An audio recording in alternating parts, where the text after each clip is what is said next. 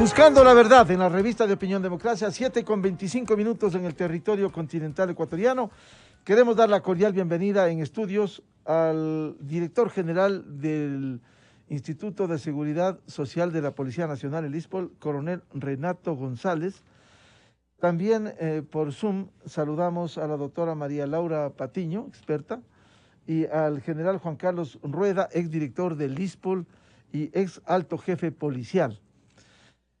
Quiero empezar con el coronel Renato González. Hay tanta información que decía que fluye semana a semana. La semana anterior se confirmó esta información que viene del Departamento de Estado de los Estados Unidos. John Luzuriaga Aguinaga, recuerden este nombre entre los tantos vinculados en esta estafa ocasionada al ISPOL por más de 900 millones de dólares, a la cabeza de ese famoso mago Cherres que está por los tejados. Dice, John Luzuriaga Aguinaga se declaró culpable en Tribunal Federal de Miami por haber recibido 1.4 millones de dólares en sobornos de Jorge Cherres Miño para conspirar en lavado de activos de recursos del ISPOL con empresas y cuentas en Florida. Será sentenciado el 12 de abril. Usted daba cuenta de esto. ¿Qué implica este nuevo elemento? Porque hay que estar pendiente de la justicia americana, hay que estar pendiente en Guayaquil, los procesos. Aquí no se puede dormir un segundo, no un minuto, un segundo. ¿Qué implica que John Luzuriaga se declare culpable? Muy buen día, coronel González. Buenos días, licenciado, y por su intermedio a toda la teleaudiencia. Es importantísimo porque resulta que John Luzuriaga termina siendo, no el primero, el segundo autor confeso de estos hechos. El año anterior, en el mes de julio, Luis Álvarez Villamar, que era entonces director de operaciones del DC Vale y también funcionario de la Bolsa de Valores de Guayaquil, ya había asumido recibir 3.2 millones de dólares en sobornos de Jorge Cherres y un departamento en Miami. John Luzuriaga se entrega a las autoridades norteamericanas el 26 de febrero del año pasado y saca un video que su abogado aquí en Ecuador lo difundió ampliamente como una supuesta prueba de inocencia. Recordemos que con esta arrogancia muy típica de ellos, porque sabían los nexos políticos y toda esta protección que se había formado en su alrededor, dice, voy a entregarme a las autoridades norteamericanas para demostrar mi inocencia. Bueno, 12 meses después acaba de asumir su responsabilidad porque no le quedaba de otra. ¿Qué es lo fundamental de esto? La información que John Luzuriaga pueda aportar para otros actores, porque ya está confirmado su participación y también la de Álvarez Villamar. Pero el rol de Luzuriaga es fundamental, pues recordemos que él era el director de riesgos, es decir, en un ambiente normal debía haber sido el primer escudo protector que tenía el ISPOL para realizar inversiones. Aquí ocurría completamente lo contrario.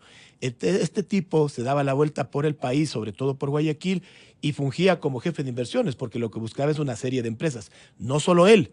Hay chats en asistencia penal internacional donde se ve el rol de otras personas que están pasando desapercibidas, como el señor Pablo Dueñas Montero, el señor Eduardo Borja Camacho, que son cercanos a Luzuriaga y que en los mensajes interactúan sobre inversiones del ISPOL, o sea, es algo que a ellos no les correspondía.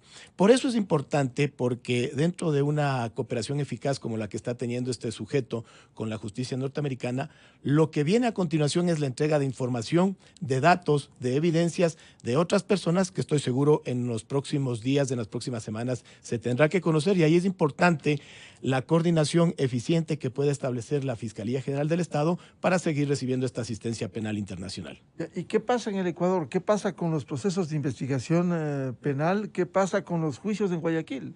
Como usted dijo, Miguel, aquí nosotros tenemos que dormir con no solo un ojo, con dos ojos abiertos, porque sabemos cómo se mueve la justicia ecuatoriana. Ha terminado ya la audiencia de evaluación y preparatoria de juicio en el caso Citadel, donde están procesados Javier Neira Salazar, su esposa Oriana Rumbea, este autor confeso en Estados Unidos, Luis Álvarez Villamar, y su yerno, Gonzalo Navarro. En condiciones normales, deberíamos entender que el señor juez Juan Carlos Terán los llame a juicio a los cuatro. Esperaríamos que así suceda. No vaya a salir una sorpresa de que en Estados Unidos están declarados ellos mismos culpables y aquí en el Ecuador vayan a decir que se ratifica el estado de inocencia. Todo puede darse, ¿no? Y está en curso también la audiencia de evaluación y preparatoria de juicio del caso de Cevale, donde el principal procesado es Rodolfo Kronfleakel, que dicho sea de paso, y permítame aquí alertar a la ciudadanía, no puede ser que un sujeto que hasta hace un año y medio gobernaba la Bolsa de Valores de Guayaquil y el de Cevale ampliamente, y que en su equipo tenía a Oriana Rumbea y a Luis Álvarez en las dos instituciones, imagínense cortando inclusive plazas de trabajo para otras personas, cuando es destituido en octubre del 2020 tenía todos sus sentidos normales. Y ahora la principal defensa que están argumentando es que es un senil inimputable, o sea, ni siquiera inocente, es un senil inimputable. Claro, para eludir a la justicia, ¿no? Pero no nos quedamos ahí. Las defensas técnicas tienen unos alcances, yo les entiendo, ellos hacen su trabajo, ¿no? Pero yo también tengo que hacer el mío y denunciar públicamente los hechos. Bueno, y aquí hay una estafa finalmente. Aquí alguien tiene que responder. Un atraco de 950 millones de dólares y la principal argucia quieren decir que están ya no en condiciones de pasar corte. Pero segundo, cuando estamos en el caso Citadel, manifiestan que esos hechos se están investigando en de Cevale. Y cuando vamos a las audiencias de Cevale, que esos ya están investigándose en Citadel. O sea, en resumen, no investiguemos nada. Démonos por satisfechos que se perdieron 950 millones de dólares, las élites políticas y económicas de este país, bien gracias, y la seguridad social policial en ciernes. No puede ser posible. Pero no solo el señor Rodolfo Kronfle, ¿qué pasa con el resto de Cevale? Aquí vienen todas esas conexiones que nosotros denunciamos ampliamente.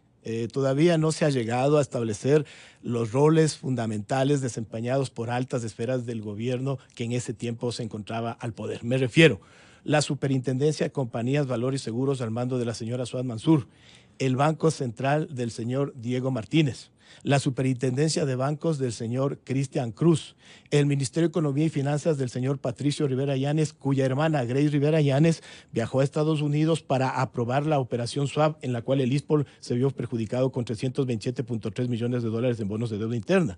Y podemos seguir enumerando acciones que no ha llegado todavía a la justicia a lo que nosotros hemos denominado peces gordos y que era el pedido que hicimos en la Asamblea Nacional. Aspiramos que ya llegue el momento en que la Fiscalía, con el apoyo ciudadano, porque también comprendemos las presiones a las cuales se somete a fiscales, ¿no?, inicia una investigación por delincuencia organizada, porque es increíble la conexión que se da entre el caso ISPOL, con el caso Las Torres, con el caso Seguro Sucre. Mire, yo tengo aquí unos documentos que en su momento ya los hemos entregado incluso de manera pública, cuando se nos hacía extensivo un certificado supuestamente de estado de cuenta de Institutional Custody Service, que es la empresa de Jorge Chérez, pero donde impresionantemente constan supuestos bonos a nombre del ISPOL por 78 millones, pero claramente dice Seguro Sucre 990.000 dólares, Aseguradora del Sur 4.404.000 dólares. Un anexo básico entre el Seguro Sucre, el caso Seguro Sucre y el ISPOL.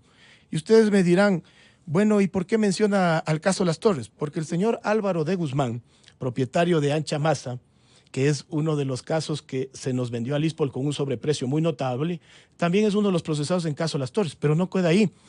Hay una transferencia que se realiza de estos últimos 32 millones que el ISPOL le pasa de Cevale supuestamente para comprar bonos. Hay una transferencia para un fideicomiso aquí en Quito, donde con esos valores, dispuestos la transferencia por el señor Javier Neira Salazar, se compra un domicilio, ¿sabe para quién? Para el señor José Luis Esteban Celi de la Torre, hermano de Pablo Celi de la Torre. Ahí están las conexiones, son lo mismo.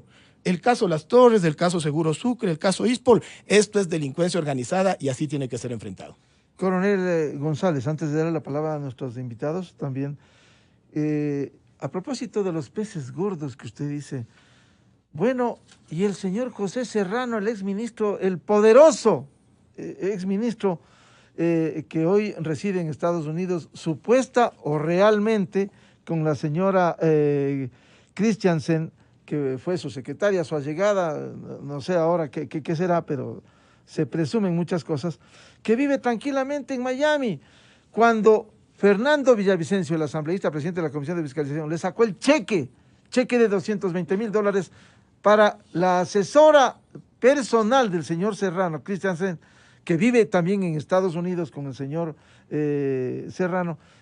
Esos peces gordos, ¿qué les pasa? Bueno, yo no sé qué temor le tienen a este sujeto, porque él tiene alrededor de 29 investigaciones previas abiertas en Fiscalía, pero ninguna hasta el momento ha llegado a instrucción fiscal. Yo no sé qué temor le tiene. Le puedo yo hablar del caso ISPOL. En el caso ISPOL no existía una vinculación de manera directa, aunque todos conocemos en la Policía Nacional y yo creo que en el ambiente público ecuatoriano el rol que tuvo el señor José Serrano Salgado. Fue ministro del Interior desde 2011 al 2016. Le llegó a conocer a la policía de pe a pa. Pero vamos a los hechos. El señor, cuando concurre a la Asamblea Nacional con un afán de donaire, de manejo canchero de la Asamblea, no se esperaba que el asambleísta, no Renato González, y ya voy a puntualizar por qué estoy haciendo este señalamiento, el asambleísta Fernando Villavicencio le enrostra el cheque para la señora María Paula Christiansen. ¿Pero quién es María Paula Christiansen? Su ex directora administrativa en el Ministerio Interior.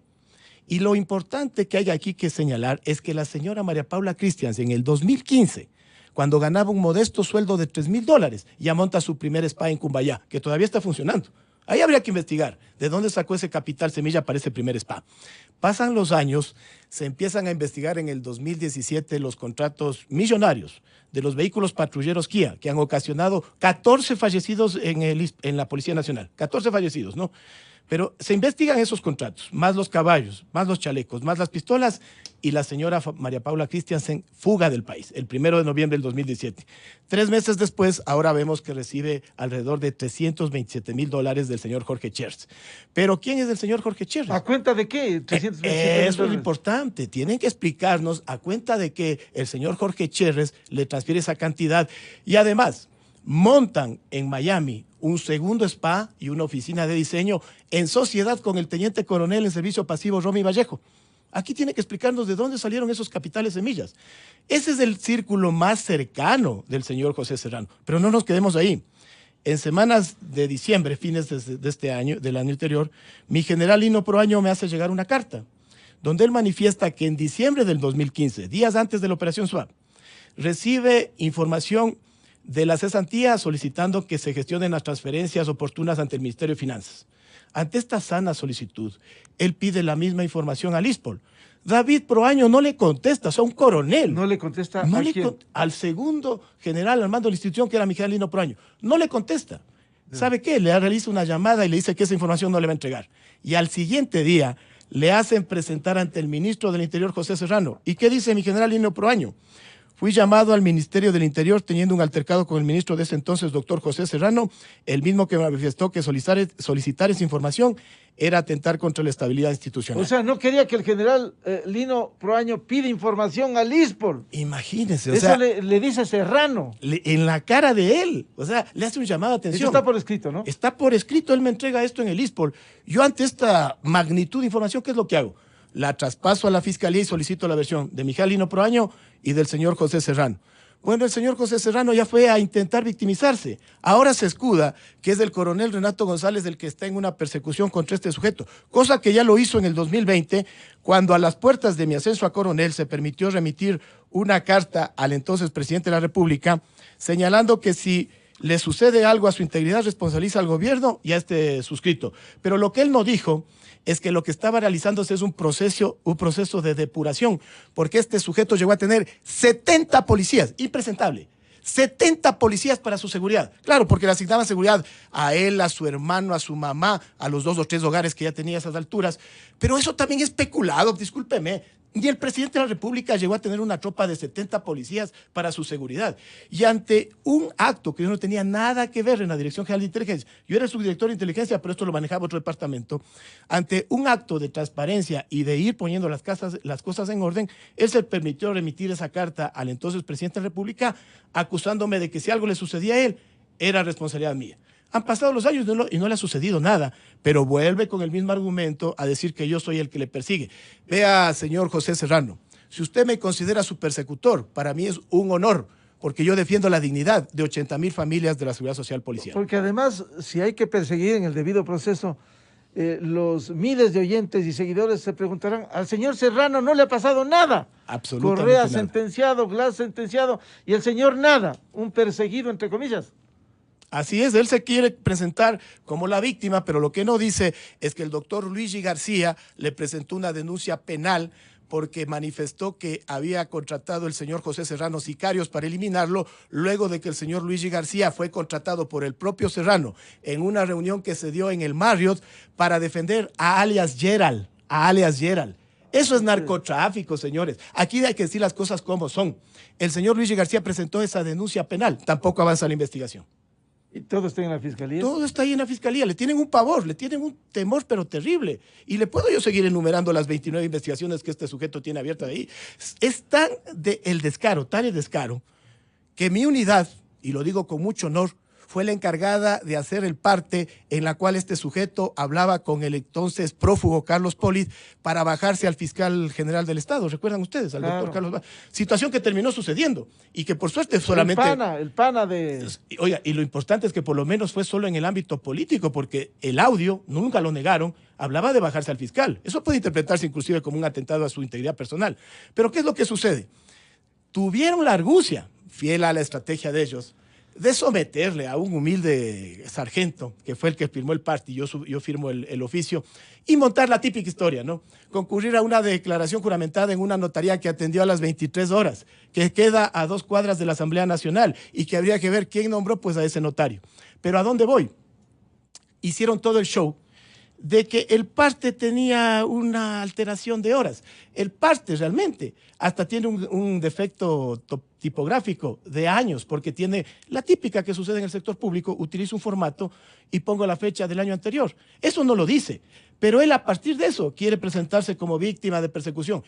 Él asumió que ese audio fue real entre Polit, Serrano, y hablaba de otra persona que está pasando desapercibida, o ya no nos acordamos de la amiga. ¿Y por qué no le involucran en Estados Unidos al señor Serrano? Bueno, yo me imagino que la justicia... Porque él vive cómodamente allá, y claro, hay que decirlo, no puede haber doble moral al cuestionar la corrupción, al denunciar incluso narcogenerales desde la Embajada Americana, y el señor Serrano, bien gracias, en Miami. Oye, su pregunta, Miguel, me sirve para algo. Hago un llamado público al embajador Michael Fitzpatrick, que ha sido una figura trascendental para el avance de todas estas investigaciones. El ISPOL tiene afectados 950 millones de dólares, pero algunos de esos causantes, claramente identificados como Gad Goldstein, como Enrique Huerta, están gozando de visa en Estados Unidos. Y el señor José Serrano también está gozando de visa, y la señora María Paula Christiansen también. No actuemos con doble rasero. A ver, si estamos suspendiendo visas a uno, ¿qué fue de la suspensión de visa de estos sujetos también? Y el suspender una visa no quiere decir que sean culpables. Solamente suspéndales la visa para que regresen a dar la cara a la justicia. Porque recuerdo en los archivos diario, el Expreso el año pasado decía, en ese caso tendría que emigrar a Venezuela el señor, en ese supuesto de que lo quite. Hay destinos que ellos pueden moverse tranquilamente, pero que lo que haría es delatarles. Se presume que Cherres está allá. No, no se presume, tenemos garantía. Nosotros desde el mes de septiembre del 2020 sabíamos que el señor residía en Cancún, que es uno de los balnearios más hermosos de la Ribera Maya, ¿no? Luego se ha movido a Ciudad de México. Sabemos por dónde se mueve este sujeto. O sea, sí le tienen ubicado. Sí, de manera informal, porque todavía no existe en firme la orden internacional de detención por parte de Interpol. Roja. Y tendrá que llegar ese momento. Cherres debe estar en este momento muy asustado porque sabe el poder de la justicia norteamericana, y le doy un ejemplo similar. Por Álvaro Pulido, el Departamento de Justicia norteamericano está ofreciendo una recompensa de $10 millones. Claro. Eso es lo peor que le puede pasar a un delincuente, porque empieza al efecto paranoico de sospechar hasta de la persona que le trae los alimentos. Eso es lo peor que le puede pasar. Entonces aspiramos que ojalá, y vuelvo a reiterar el pedido para el señor embajador Michael Fitzpatrick, aceleremos el pedido de detención internacional de Cherres con una recompensa, y además vayamos cancelando la visa de todos estos sujetos que le han afectado al ISPOL. Bien, quiero dar la bienvenida, luego de esta explicación clara de los últimos hechos, dar la bienvenida a la doctora María Laura Patiño, con quien hemos conversado de estos temas. ¿Cómo ve este panorama que cada vez crece y todavía la justicia no brilla en el Ecuador? Buen día. Buenos días, muchas gracias por la invitación y muchos saludos al coronel González y al general Rueda. Es un gusto estar con ustedes nuevamente.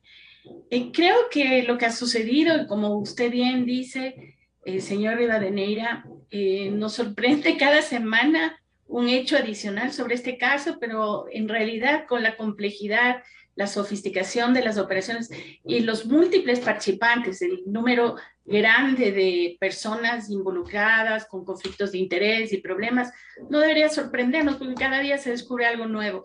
Lo que sí es interesante es ver el contraste que hay entre la justicia americana y la justicia ecuatoriana. O sea, siempre hemos sabido que tenemos una justicia que deja mucho que desear, y como ecuatorianos estamos exigiendo que esa justicia comience a hacer lo que corresponde, porque si no existe sanciones apropiadas aquí dentro del Ecuador, nunca se van a generar las motivaciones correctas, los precedentes correctos, como se dice, para que no se vuelvan a repetir estos hechos. Entonces, la impunidad es lo peor que nos puede pasar, la impunidad dentro del país es lo peor que nos puede pasar. Y esta impunidad nacional, las demoras, los problemas con los jueces, la complejidad del caso, le han dividido en, creo que son 7, 8 casos de investigación, lo que hace muy difícil construir el mapa del caso. Y como acaba de explicar el coronel González, podríamos estar incluso ante un caso de delincuencia organizada, lo cual implicaría unir todos los casos, poner orden. No tenemos eso. Entonces, y eventualmente las sanciones que van a recibir, las sentencias, probablemente van a ser selectivas, probablemente no van a incluir a todos los que son, probablemente no van incluso a resarcir los daños y perjuicios de la ISPOL, más cuando estamos viendo que muchos de los recursos se sacaron del Ecuador. Entonces, esto sí contrasta mucho con lo de la justicia americana. Ahora, desde el punto de vista de justicia americana, siempre me siento insatisfecha, pese al aparente avance, me siento insatisfecha por 2 razones. La una, porque como digo, estos fallos de la justicia americana no van a tener el efecto de evitar que esto se repita hacia el futuro. Y la segunda, porque es muy difícil, sin una intervención directa de la ISPOL, de los perjudicados, de las 80,000 familias, recuperar algo de dinero y devolverle a la ISPOL. Entonces, la pregunta que yo me hago es cómo nos vamos a asegurar que este caso no solo no queda en la impunidad, sino que además se recupere lo que se pueda. Entonces, y eso no es posible en una justicia lejana, porque la justicia lejana en los Estados Unidos tiene sus propios intereses. En este caso, ¿qué sucede? Por ejemplo, ya están unidos los 2 casos de lo que he entendido de la semana anterior, han unido el caso tanto contra el señor Luzuriaga como contra el señor Álvarez, es un solo caso. Entiendo que está también el señor Chávez, originalmente parece que eran 2 casos, y se han declarado culpables tanto Luzuriaga como Álvarez. Están en ese sentido cooperando. No tengo idea hasta qué punto la información que ellos vayan a proveer allá les sirva a la justicia ecuatoriana. Creo que tenemos que pensar que los taxpayers, como le dicen en los Estados Unidos, los que contribuyen, los ciudadanos americanos, no creo que haya mucho interés o tanto interés como hay aquí en el Ecuador para que se haga la justicia respecto a un caso lejano en el Ecuador. Y en ese sentido, los jueces, los fiscales americanos van a llegar hasta un punto procesal, y lo hemos visto en casos anteriores, y de ahí no va a pasar. Entonces, no vamos a tener el tipo de justicia que se necesita. Además, como digo, hay una serie de costos y de movimientos adicionales que habría que hacer. Entonces, ¿hasta qué punto nos sirve una justicia lejana cuando lo que necesitamos es presionar para que nuestra justicia comience a cumplir su función? Y luego viene el tema de la complejidad, como decía aquí, la misma cooperación, el cruce que hay. Este es un caso complicado precisamente porque hay muchas personas y hay muchos países involucrados. Hay muchas operaciones que no se hacen ni siquiera en el Ecuador. Entonces, el momento que la fiscalía tiene que construir en un caso, ¿qué tanta certeza tenemos tanto de la fiabilidad técnica? ¿Qué ha hecho la fiscalía diferente en este caso con la complejidad y la importancia que tiene para asegurarnos que se esté manejando técnicamente, que se pueda tejer el caso apropiadamente? ¿Y qué tanta fiabilidad tenemos, por ejemplo, del manejo de la información que ha venido de los Estados Unidos? O sea, ha venido una cooperación internacional, esas listas, los cheques que han salido, el cheque de la señora Christiansen, cheque de otras personas vinculadas a ámbitos políticos, económicos, que se han hecho públicos, salen de la información que ha sido compartida por las autoridades americanas. Sin embargo, ¿qué seguridad tenemos que esa información esté intacta, esté íntegra, no se haya, o sea, ¿qué seguridades tenemos? ¿Qué terceros fiables están haciendo este trabajo para la fiscalía y le dan la seguridad? Sobre todo cuando tenemos una justicia en la cual nadie confía en este momento. Cada vez que hay un fallo de jueces, de fiscales, hay muchos cuestionamientos respecto a qué tan fiables son esos fallos. ¿Cómo nos vamos a garantizar que en este caso tan importante para el Ecuador, esa justicia cumpla su papel? Y de alguna manera la cooperación internacional se aproveche apropiadamente sacando a la luz todos los temas que descubre la justicia americana, que no sean tratados en la justicia americana, como digo, porque no necesariamente se pueden tratar aquí, y que sí sean considerados y tratados acá. Y hasta ahora, de lo que hemos visto, como acaba de explicar el mismo coronel González, no estamos viendo eso, porque estamos viendo incluso una forma de escoger quiénes van a ser responsables en estos juicios que ni siquiera está calzando con la información que se ha hecho pública. Esa es mi preocupación, este contraste entre las dos justicias que no debería existir. O sea, debería haber algún mecanismo que nos garantice que este caso se lo maneje integralmente, fiablemente.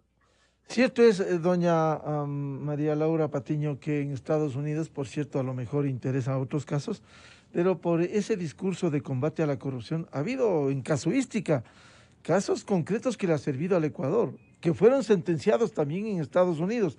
Citaría el caso de Brecht, caso Sobornos, el Departamento de Justicia entregó. Fue la primera institución que entregó esa información, que fue el primer insumo para procesar al expresidente prófugo, al ex vicepresidente preso y otros. El caso Las Torres, precisamente, fueron sentenciados en Estados Unidos. Es decir, estos insumos podrán ser importantes para agilizar los procesos en el Ecuador en el ámbito judicial.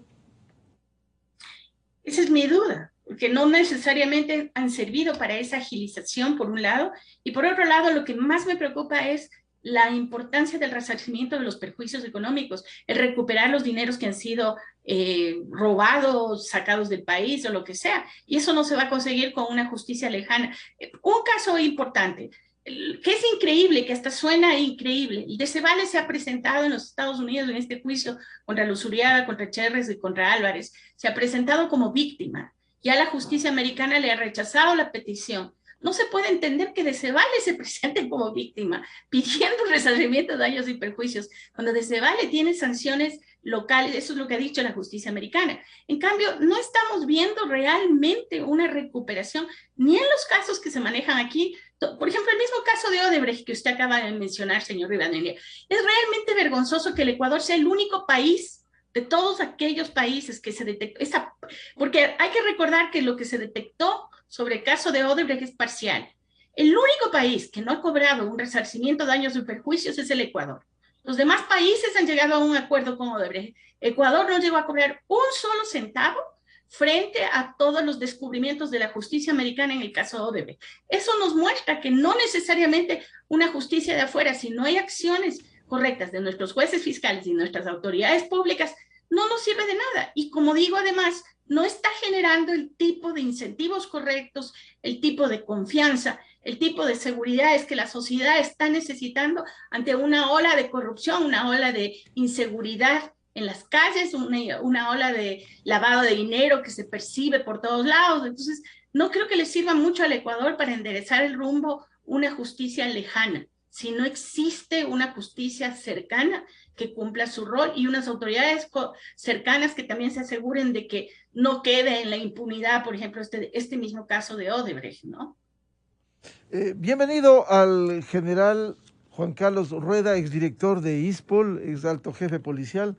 Bueno, ¿cómo ve usted, luego de lo que palpó directamente unos meses de este monstruo que constituyó esta corrupción en el ISPOL, con estos nuevos hechos, usted confía en que se aceleren los procesos, la justicia, no solo la americana, sino aquí en el Ecuador? General Rueda, muy buen día. Licenciado Rivadeneira, buenos días. Doctora Laura Patiño, buenos días. Lo propio para el coronel Renato González. Efectivamente, yo coincido con los comentarios, con los criterios que tienen ustedes respecto a que hay que estar vigilantes de lo que sucede con la justicia y el caso ISPOL, que se inscribe dentro de un marco de corrupción generalizados en varios ámbitos, tanto en el público como en el privado. Y también tengo que reconocer y hacer un voto de optimismo porque hay instancias obviamente de las instituciones, la policía, la fiscalía, y seguramente habrán buenos jueces y y tengo que darle el mérito al a los periodistas que tanto a nivel nacional como internacional han contribuido para aclarar este y otros casos y siguen en una lucha desigual. Yo creo que las actividades que ha desarrollado la justicia americana obviamente dan cuenta de un esfuerzo interinstitucional de las corporaciones, de las instituciones federales de los Estados Unidos, del FBI, tanto como del Homeland Security y de otras organizaciones que han contribuido con datos, con denuncias en la Fiscalía de los Estados Unidos. Y esto ha servido para tener un panorama un poco más claro y ha servido a la opinión pública, tanto nacional como internacional, y a las instituciones poder identificar quiénes están detrás de estas estafas, de estas grandes delitos de cuello blanco que están relacionados con la corrupción. Ahora podemos advertir que no son solamente estos participantes menores, sino que la corrupción llega y hay una relación directa entre los casos que se han publicitado y que, como ustedes lo dicen, no nos dejan de sorprender. Día a día aparecen nuevas relaciones. Ahora mismo el Consorcio Internacional de Periodistas de Investigación hace una nueva denuncia sobre el entramado de organizaciones en las que participó Jorge Cherres y cómo en Miami, en las Islas Vírgenes, en Panamá, en el Ecuador y en otras latitudes se han tejido negocios seguramente con recursos que no fueron lo suficientemente valorados a la hora de hacer estas inversiones. Los bancos, las empresas tienen que hacer la debida diligencia y ahí nosotros encontramos que hay una debilidad tanto en el entramado institucional. No vemos una acción firme, una acción sólida de la unidad la unidad de los que estudia el origen de los recursos. Esto nos da cuenta de por qué el señor Cherres tiene tantas propiedades, hace inversiones en tantos negocios y nadie le pregunta de dónde vienen esos recursos, nadie certifica el origen legítimo, y por eso es que nosotros confiamos plenamente en la acción y respaldamos la acción de un director valiente, de un director que tiene la inteligencia y la capacidad y el respeto de toda la institución, y creo que se ha ganado el respeto de la comunidad, de los periodistas, de la justicia, para con su voz altiva poder reclamarle los derechos legítimos de la institución a la que ahora representa. Nosotros, como una conclusión, yo creo, y debemos confiar en la justicia, creo que hay que hacer esfuerzos para que la Procuraduría General del Estado, a través de sus responsables, de las autoridades, defiendan los intereses de las instituciones y se corrija esto que llama la doctora Laura Patiño con toda razón, que no podemos tener una justicia lejana y que no ocurra lo que ha ocurrido con el caso de Brecht, que estemos pendientes. Tenemos un promotor del Estado, de los intereses del Estado, un defensor de los intereses del Estado, que es el Procurador General de la Nación, que debe estar pendiente, y él también contribuir junto con el ISPOL y con el apoyo, obviamente el apoyo moral de las familias de los víctimas de estos atropellos. Tienen que estar pendientes ante los órganos de justicia para recaudar esos fondos, porque esa sería la única forma de darle el mérito a la justicia cuando se resarzan estos derechos que han sido allanados por este grupo o estas redes de delitos de cuello blanco, del crimen organizado, que están asolando con nuestra economía, con la credibilidad, con la seguridad jurídica, inclusive con la seguridad que deben tener los inversionistas. Este sistema del mercado de valores, lo que yo pude advertir en estos meses es que tiene serias deficiencias. Las instituciones de control han tenido serias deficiencias y no puede ser que solamente el sistema institucional dependa de que llegamos por el azar a que tengamos dirigentes con la valoración ética suficiente, sino que además deben ser las instituciones las que den respuestas. Instituciones de control, el mercado de valores, instituciones como el DCVALE son impresentables. La Bolsa de Valores de Guayaquil, inclusive la Bolsa de Valores de Quito tiene algunos problemas y deben solucionarse para el bien del país. Necesitamos mercados de valores sólidos, instituciones sólidas que den garantías a los inversionistas. Y uno de ellos, obviamente, un importante inversionista en el Ecuador es el Instituto de Seguridad Social de la Policía Nacional, es decir, los que hemos contribuido con este fondo, estamos siendo engañados por un sistema que no nos ofrece las garantías suficientes. Y en eso hay que trabajar. General Rueda, en ese sentido usted finca las esperanzas porque funcione la institucionalidad y no quede un caso más en impunidad, porque aquí están en juego más de 900 millones de dólares sagrados del Seguro Social de más de 80,000 miembros y familias de policías. Sí, desde luego, y para eso tiene que contribuir todo el Estado en su conjunto. Debemos tener las leyes que habilitan a las instituciones. Este sistema garantista está tan desorientado que la garantía de impunidad es la que ha reinado en casi todos los eventos. Entonces tenemos que ir a un sistema penal, a un sistema de justicia que garantice a los ciudadanos que cumplen la ley, a las instituciones que cumplen, y que se solidarice y que trabaje en función de las víctimas del crimen, en todos los ámbitos. En este ámbito bursátil, financiero, que hemos tenido problemas serios, tanto así como en el ámbito de la delincuencia común, en el ámbito del crimen organizado, la lucha es titánica de las instituciones que tienen un marco jurídico institucional garantista en extremo, que ha llevado a esta situación donde la impunidad se ha enseñoreado.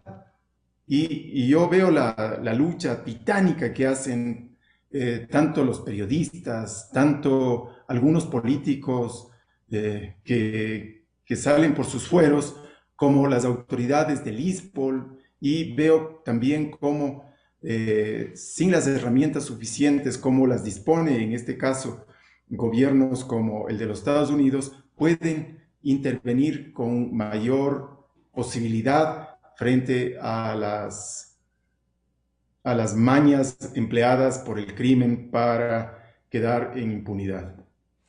Coronel Renato González, director general del ISPOL, ¿qué viene ahora?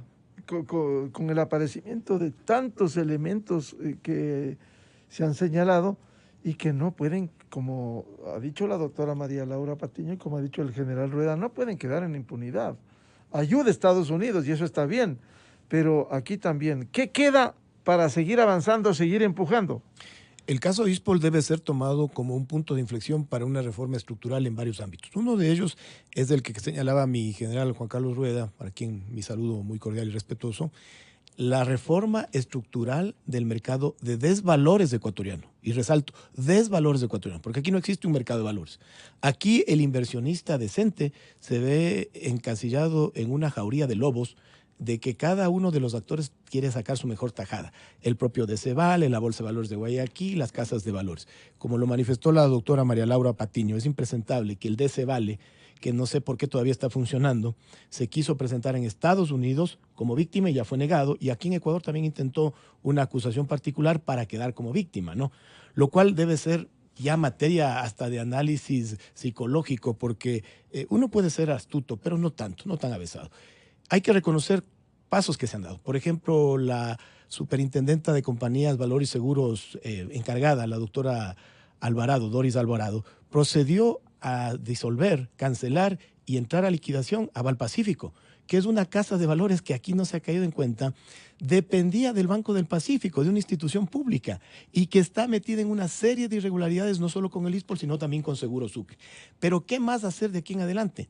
Reformar este mercado de valores, eliminar esta presencia sin sentido de dos bolsas de valores en un mercado tan pequeño. Acaban de fusionarse la Bolsa de Valores de Colombia, de Perú y de Chile.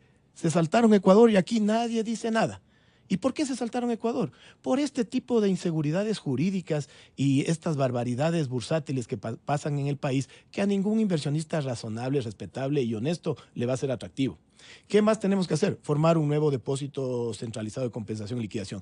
Vale tiene que disolverse. O sea, que quede para el recuerdo esas reuniones en el Banker Club, en la Unión, con el señor Rodolfo Kronfle, pero este Vale no ha servido para nada.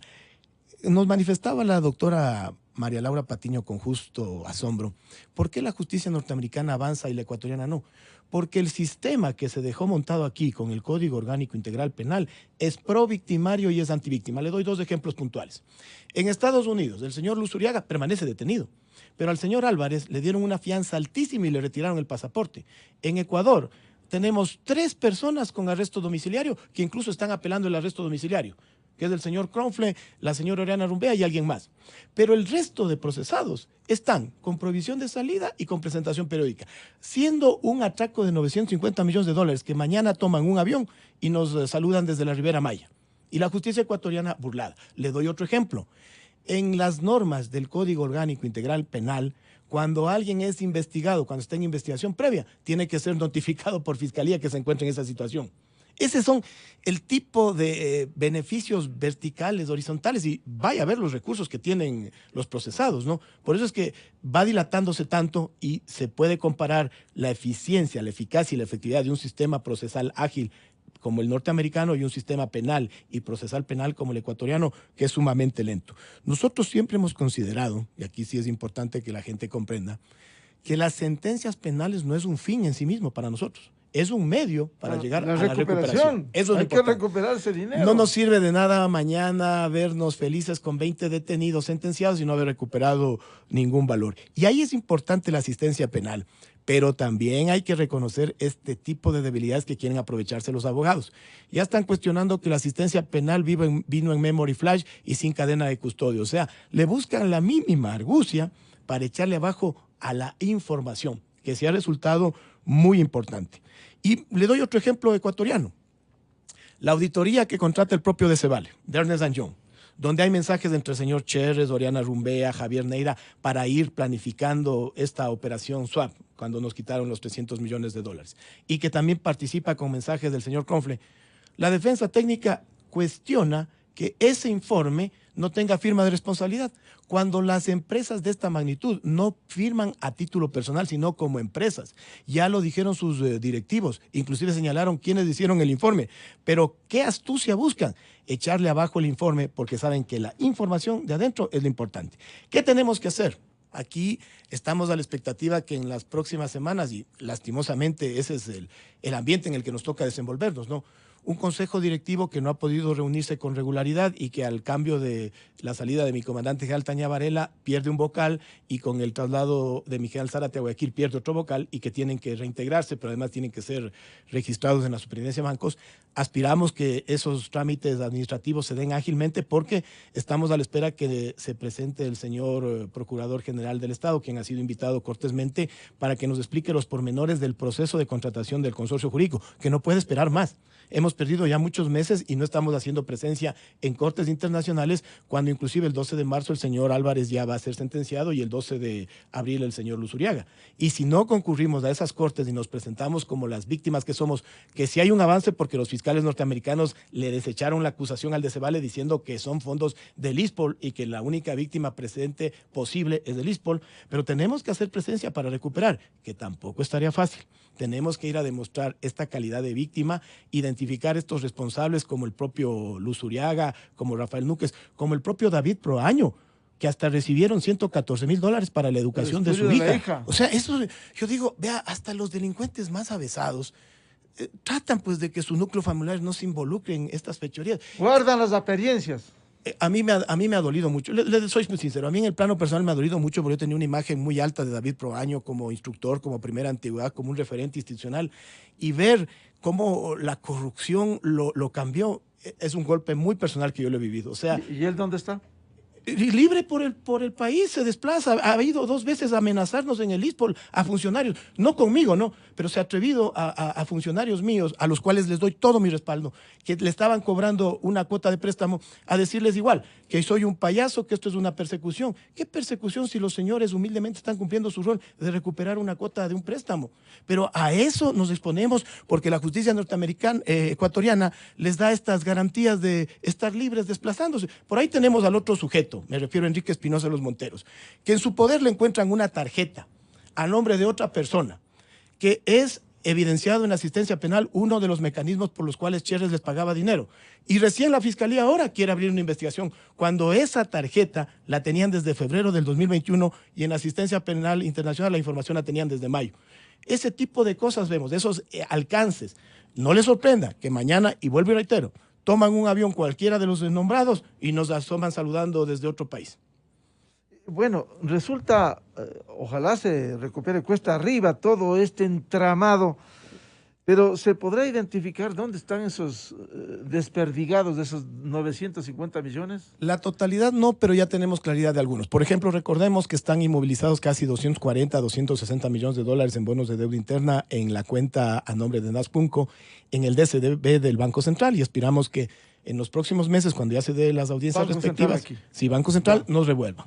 Ese es un primer tercio, ¿no? Ya. También hay aproximadamente 25 a 30 millones en el Citibank de Nueva York, que ellos cortaron los pagos unilateralmente cuando ya estalló el problema aquí en el país. Pero adicionalmente, cuando uno empieza ya a hacer estas investigaciones internacionales y estas colaboraciones, se ve transferencias a Islas Caimán, a Islas Vírgenes. En el caso de Pandora Papers se evidencia una empresa formada por Cherres en Islas Vírgenes. Sabemos también de valores transferidos a Panamá. Y ahí vuelve a asomar la figura de estos que, sobre pretexto del Parlatino, viajaban frecuentemente a Panamá, ¿no? Todo eso tiene que investigarse. Y, claro, no se podrá determinar todo por qué. Hay una explicación, Miguel. Mucho de este dinero de corrupción ya se licuó en fiestas, en bailes, en farras. Estudios. En todo. La hija del general Proaño. Pero el plan macro del ISPOL apunta a lo siguiente: recuperar por lo menos unos 2/3 de todo lo atracado, y el tercio adicional no es que lo vamos a dar por perdido. Hay que ir a demandas internacionales, estoy seguro capaz que no alcanza a hacer en mi administración, pero hay que demandarle internacionalmente al Citibank, a la Fisk Corporation, en su momento capaz que al Pershing Bank y al TD Bank, porque son instituciones financieras que no son como usted y como yo, que no conocíamos del mercado financiero y bursátil. Ellos manejaban al revés y al derecho, pero además no cumplieron la debida diligencia, no han cumplido los controles internos. Y por darle un ejemplo, el Citibank en octubre del 2020 nada más fue sancionado con $400 millones de multa de la Reserva Federal Norteamericana por no tener controles internos. Ahí tenemos un ejemplo. Y acá hay otro claro ejemplo de que fuimos afectados con conocimiento puntual de un banco de esa magnitud.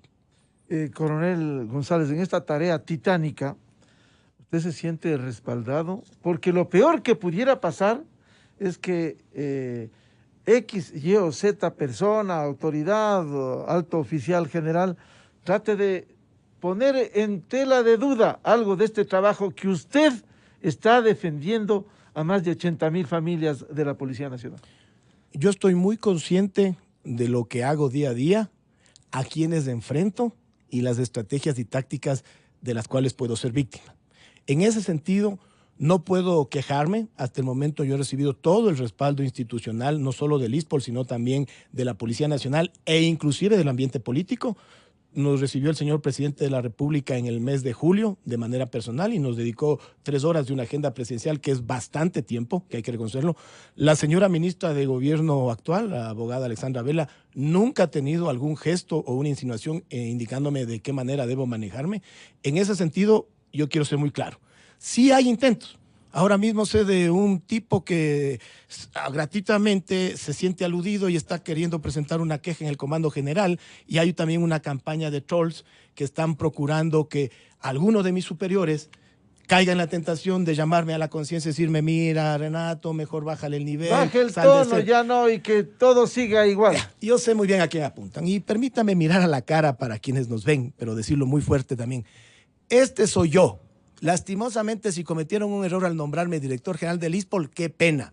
Pero mientras yo esté en este cargo, seguiré haciendo presencia, porque al poder económico y político de este país, lo único que puedo combatirlo es mediáticamente. Así que si quieren librarse de Renato González, es cuestión de que me designen a otra plaza en cualquier parte del país, y en ese momento yo dejaré de hablar del ISPOL y hablaremos de seguridad ciudadana. Pero en tanto en cuanto yo ejerza este cargo, estas son mis facultades, porque tengo la representación legal, judicial y extrajudicial del ISPOL, y no me van a callar bajo ninguna manera.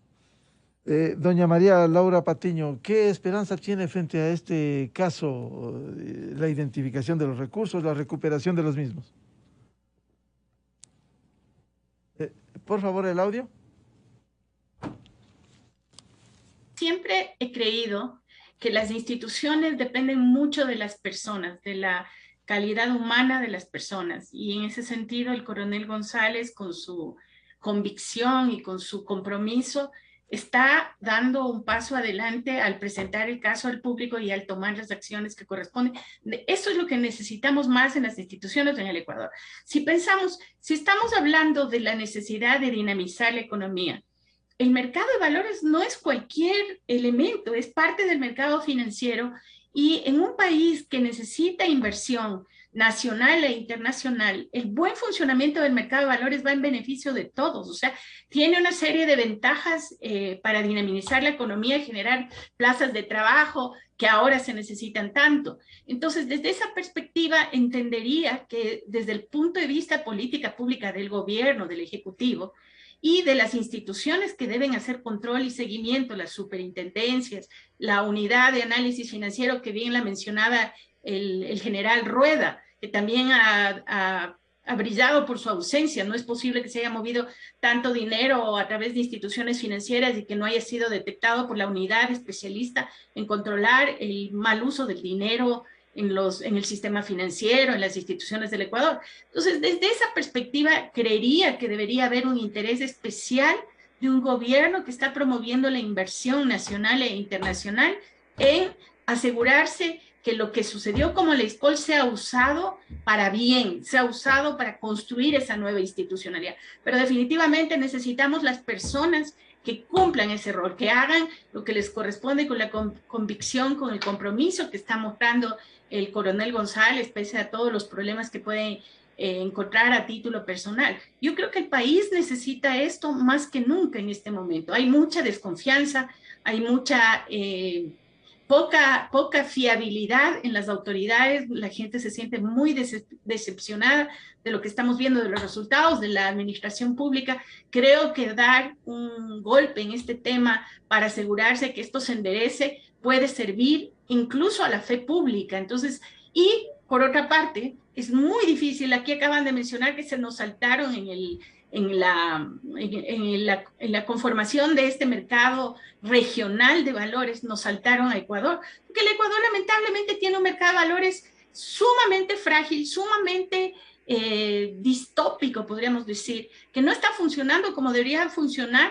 para justamente facilitar los flujos de capitales limpios, además, que vengan del exterior para estas inversiones. Entonces no estamos facilitando ni siquiera el ingreso de dinero. Entonces, si se quiere hablar de inversión internacional en Ecuador, es sumamente importante que se ponga orden a una situación que le ha afectado tanto a la ISPOL, y además al poner orden a esta situación, efectivamente puede estarse beneficiando también a la misma ISPOL en sus operaciones continuas que debe realizar con los ahorros de los policías que son parte de la institución. Y en este sentido, esto también tiene que ver, por ejemplo, con el tema del IES y con el uso de recursos públicos en general. Estamos viendo, justamente estos últimos días está saliendo a la luz que la CFN, que tanto se ha hablado de que era uno de los polos dinamizadores de la economía, también tiene unas pérdidas inmensas. Entonces, estamos hablando de que esta situación donde los dineros han sido desviados es generalizada, y eso hace que, obviamente, si queremos salir adelante, se tiene que corregir. Y esa es la esperanza que tengo, que un caso como el de la ISPOL, que está mostrando tanto de adentro, nos está enseñando la cruda verdad, debería servir de incentivo para que las autoridades, las instituciones empiecen a cambiar y empiecen a enrumbarse, incluyendo a la justicia, como estábamos hablando. General Juan Carlos Rueda, ¿cuál es la expectativa que tiene usted? Estuvo unos meses, vio la complejidad de esto. Ahora el coronel Renato González está jugando hasta la vida en esto. ¿Cómo lograr recuperar esos recursos? Mire, yo creo que el trabajo que se ha hecho y gracias a personalidades y al carácter de muchos investigadores, periodistas, de personas como Renato, como María Paula Romo, como la doctora María Laura Patiño, y podría enumerar cientos de personas que son parte de nuestro país, como usted mismo, licenciado Rivadeneira, que no hemos dado tregua a estos afanes de impunidad del crimen organizado, de la delincuencia de cuello blanco, que todavía creemos en el Ecuador, que podemos confiar que vamos a construir un Ecuador con instituciones sólidas, que podamos darle confianza al inversionista, dar fe, que la fe pública sea garantizada, que no queremos tener un sistema de garantías penales que favorece a los victimarios, a los delincuentes, a aquellos que asolan este país. Yo aspiro a que la construcción del Ecuador en todos los ámbitos, en el bursátil, el financiero, que son tan importantes, en la seguridad social, en la salud, en todos los ámbitos, sea un motivo de unidad del país, y que estos eventos tristes nos sirvan para salir adelante y enfrentar con valor y darles a aquellos que están ahora mismo al frente de esta responsabilidad, como es el caso del ISPOL, del director general y del consejo directivo, darles nuestro respaldo y estar permanentemente vigilando, siguiendo el caso, y hacer también votos de que la cooperación internacional actúe en consecuencia, que tenemos que darle mucho respeto y respaldo a acciones como las del Consorcio Internacional de Periodistas de Investigación, que están abriendo caminos para encontrar los recursos. En la última filtración de este consorcio podemos advertir cómo en Miami, en Islas Vírgenes, se hacen traslados de última hora, precisamente cuando las denuncias en la Fiscalía de Miami se comenzaron a trabajar y a hacer públicas. Hay muchos de estos bienes raíces, muchas inversiones también, y seguramente también hay empresas. He escuchado ahí las declaraciones de los responsables de empresas de tecnología que han tenido participación accionaria, en las que tuvo participación accionaria este señor Cherres. Ellos también tenemos que promover que esta gente y todos los empresarios tengan la debida diligencia para que sepan quiénes son sus accionistas. No es posible que alguien intervenga en empresas de tal envergadura como Waze o como estas empresas con un 25% y no sepamos los recursos de dónde vienen. Estos aventureros como el estructurador financista, que es conocido como el mago, efectivamente parece que ha tenido una gran influencia en muchos ámbitos, pero esto no se podía dar si tendríamos instituciones sólidas, si tendríamos leyes que garanticen al inversionista, y esa es mi conclusión. Pero quiero, como le repito, decir a usted y a los radioescuchas que el Ecuador tiene que revestirse de optimismo y salir adelante, porque creo que hay gente buena, gente que lucha por construir un país, una sociedad mejor. Bien, quiero agradecer la presencia en estudios del coronel Renato González, director general del ISPOL, el general Juan Carlos Rueda, exdirector del ISPOL, ex jefe policial, y la doctora María Laura Patiño, experta en estos temas, por seguir poniendo en escena este tema que no puede olvidar el Ecuador, no puede quedar en estas condiciones y ojalá se recupere la gran mayoría de sagrados recursos de los señores policías canalizado a través del Instituto de Seguridad Social de la Policía Nacional. Muchas gracias y adelante, coronel. Gracias, Miguel, Sí, y un saludo cordial a toda la colectividad nacional y ecuatoriana. Muchas gracias a Juan Carlos Rueda y a María Laura. Muchas gracias. Mucho gusto. Buscando la verdad. Hacemos una Gracias. ligera pausa Buenos días. y volvemos con un diálogo con Daniel Iboscus, presidente de la Cumbre Mundial de Comunicación Política.